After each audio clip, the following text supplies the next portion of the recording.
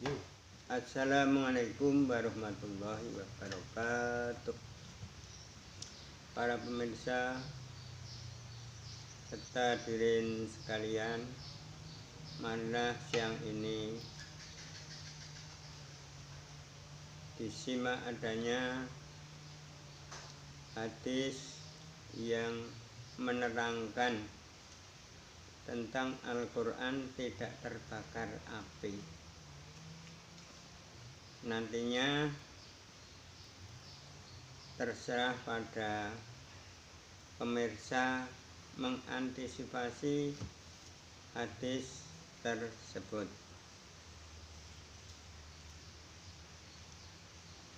Dalam riwayatnya begini, ada yang berpendapat bahwa hadis berikut ini bertentangan dengan fakta. Hadis yang dimaksud adalah riwayat daripada Ibnu Lahiyah dari Misrah bin Ha'an dari Ubaybah bin Amr Sallallahu Alaihi Wasallam yang mendengar Rasulullah Sallallahu Alaihi Wasallam bersabda, yang artinya begini: seandainya Al-Quran ditaruh di kulit yang belum disama, lalu dilemparkan ke dalam api, ia tidak akan pernah terbakar. Menurut mereka, hadis ini tidak sejalan dengan fakta. Alasannya karena mereka pernah melihat mushaf dibakar.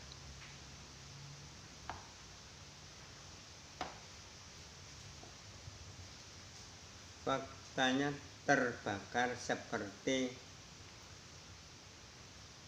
terbakarnya buku-buku sastra dan lain sebagainya.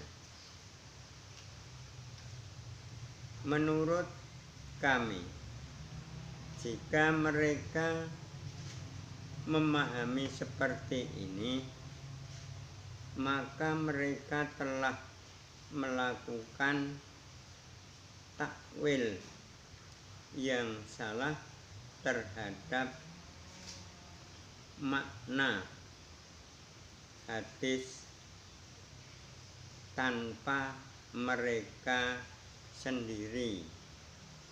Dalam hal ini, saya akan mencoba menjelaskannya. Saya diberitahu oleh Yazid bin Amr yang menerangkan mengenai makna hadis tersebut kepada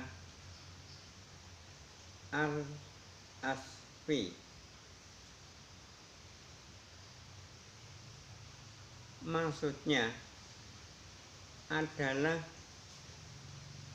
seandainya Al-Quran ada pada diri seseorang, lalu orang tersebut dibakar,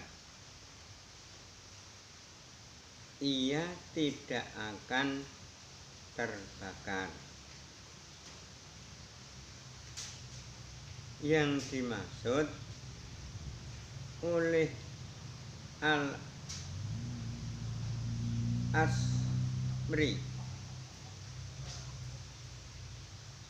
adalah orang Muslim yang diajarkan Al-Quran oleh Allah, lalu ia menghafalnya, maka ia tidak akan terbakar oleh api neraka Al-Quran tersebut kelak pada hari kiamat, meskipun ia dimasukkan ke sana karena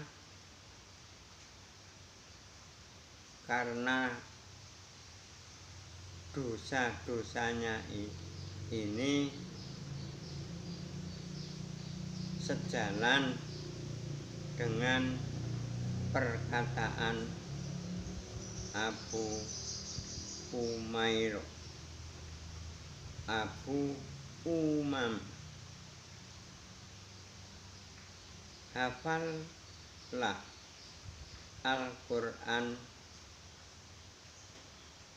bacalah Al-Quran,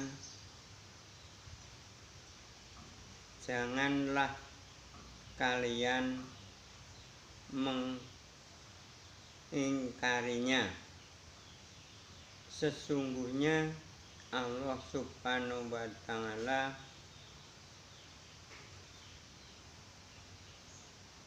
akan menyiksa orang dengan api neraka bagi hati orang-orang yang tidak percaya dengan membaca Al-Quran.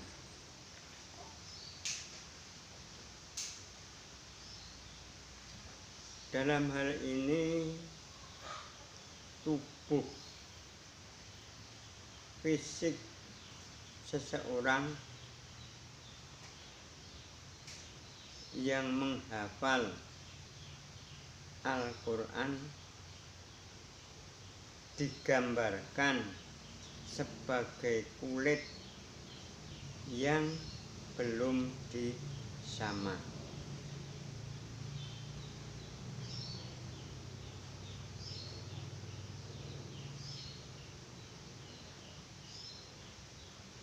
Di sana Al-Quran terpatri di dalamnya, meskipun kulit tersebut boleh disama, tetapi tubuh manusia itu tidak mungkin disama.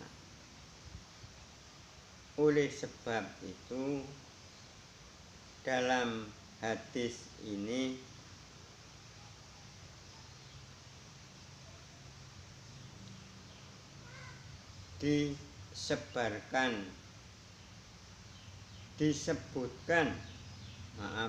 disebutkan kulit yang tidak disama. Perumpamaannya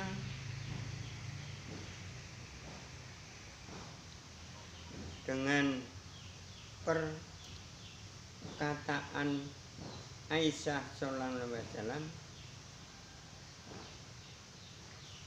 ketika dia menggambarkan tentang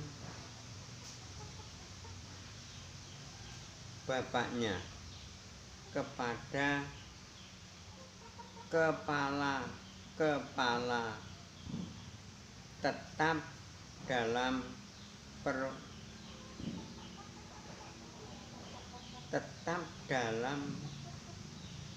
pundaknya dan darah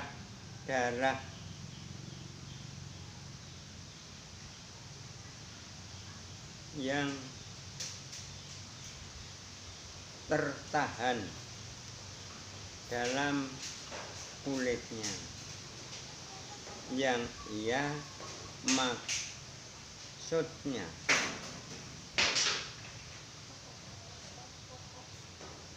adalah badannya masih utuh. Sebagian orang berpendapat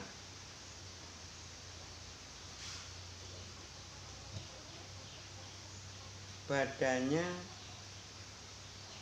sebagian orang berpendapat bahwa biasanya bisa terjadi. Itu memang terjadi pada masa Nabi Sallallahu Alaihi Wasallam sebagai mukjizat dan tanda kenabian serta bukti bahwa Al-Quran adalah firman Allah Subhanahu wa Ta'ala yang bersumber darinya. Saat itu Allah Subhanahu wa Ta'ala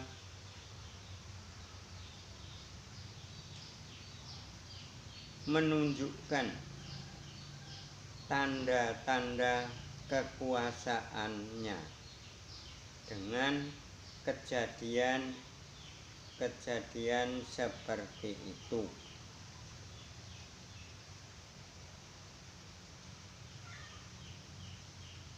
Maka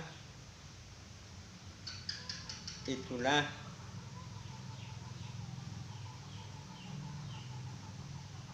tentang hadis tersebut.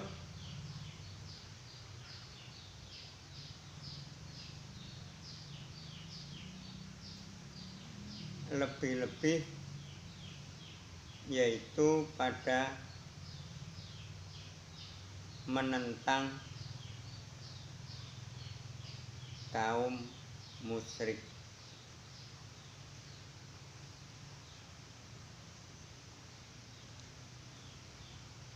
Laki-laki di semua itu hilang setelah zaman kenabian. Kejadian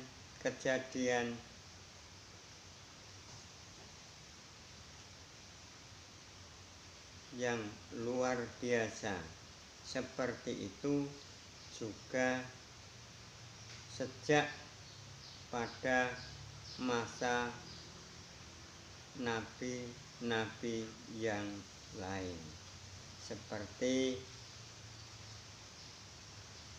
adanya hidupnya orang-orang yang mati,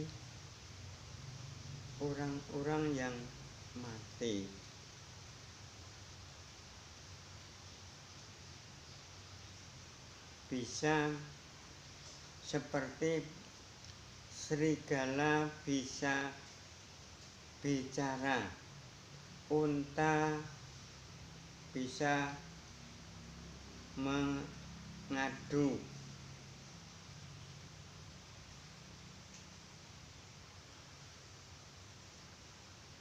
kubur-kuburan bercerita.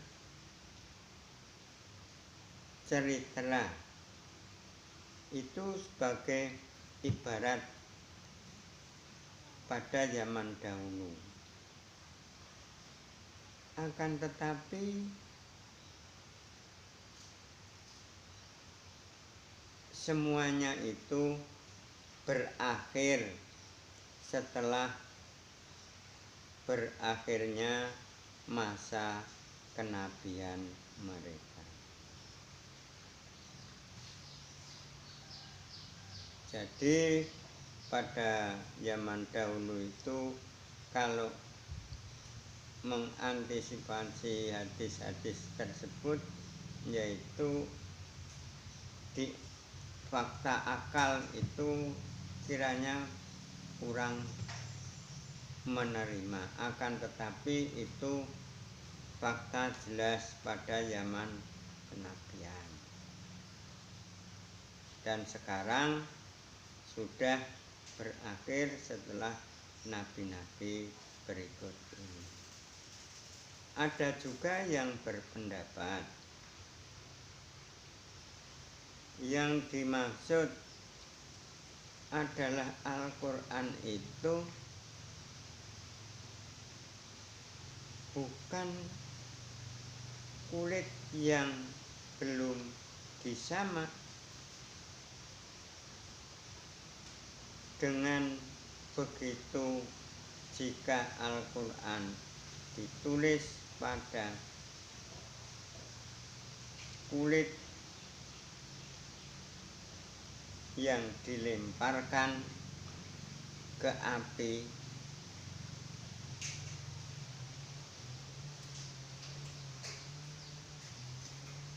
itulah, dan bahkan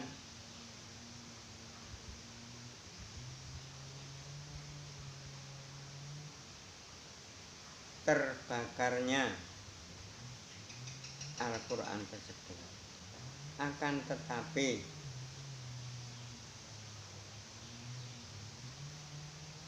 tetapi tidaklah dengan Al-Quran. Seakan-akan Al-Quran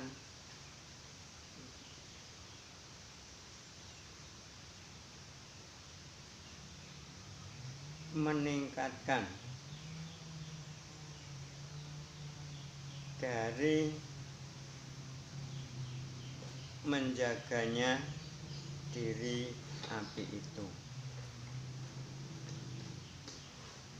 Kami tidak ragu lagi bahwa Al-Quran yang ada pada mushaf sebenarnya bukanlah mukjizat seperti pendapat-pendapat yang lain sebagian ahli kalam.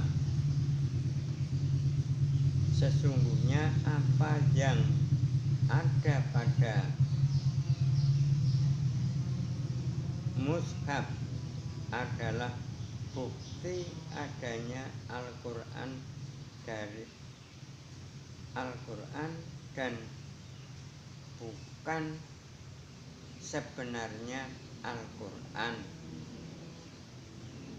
Firman Allah menjelaskan dalam surat Al-Waqiah ayat 77,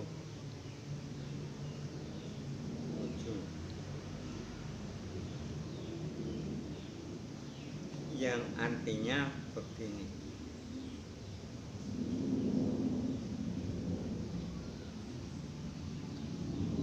sesungguhnya Al-Quran ini adalah bicaranya Allah yang sangat mulia padanya, pada kitab yang terpelihara di Lauhul Mahfuz itu, tidak disentuh kecuali orang-orang yang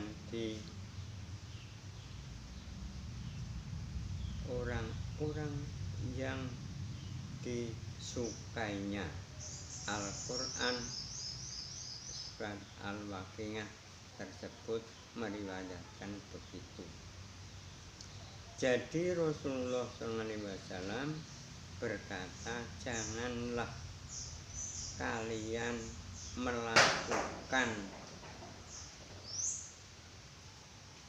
perjalanan ke daerah musuh dengan membawa Al-Quran.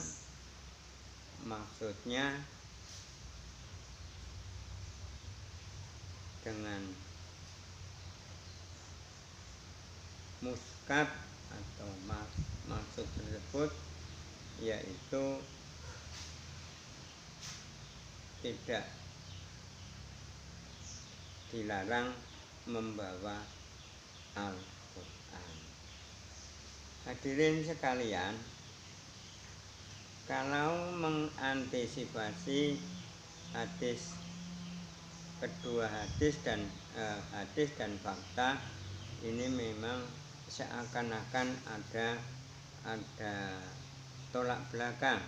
Akan tetapi kita selaku orang muslim, orang mukmin, kita mengantisipasi masalah Al-Quran itu memang itu firman Allah. Segala apa yang difirmankan oleh Allah itu benar.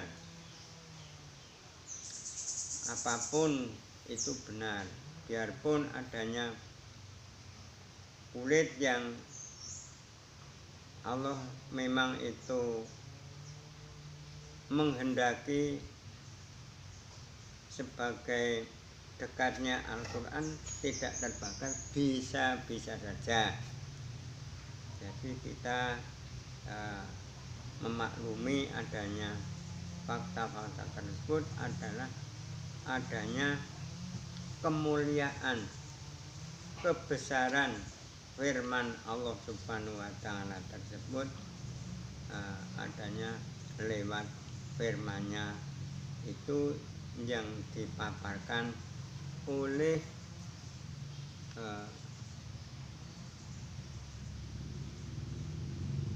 keterangan di atas, termasuk pelaku-pelaku yang ada yang diterangkan di atas tadi. Maka dari itu terserah dari mengantisipasi Al-Quran tersebut atau fakta tersebut, ini kami serahkan pada Anda semuanya. Akan tetapi saya menggarisbawahi adalah Al-Quran itu firman Allah, dan Allah akan menghendaki apa saja, segalanya saja itu pasti akan terjadi. Kan sudah tertera dalam Al-Quran, kun fayakun, yaitu Allah itu mengadakan pasti ada, pasti bisa, dan lain sebagainya. Kukira itu hadirin sekalian dalam pemeriksa dan mengantisipasi adanya hadis siang ini. Maka kami tutup tentang fakta-fakta tersebut dan hadis-hadis tersebut untuk siang ini. Assalamualaikum warahmatullahi wabarakatuh.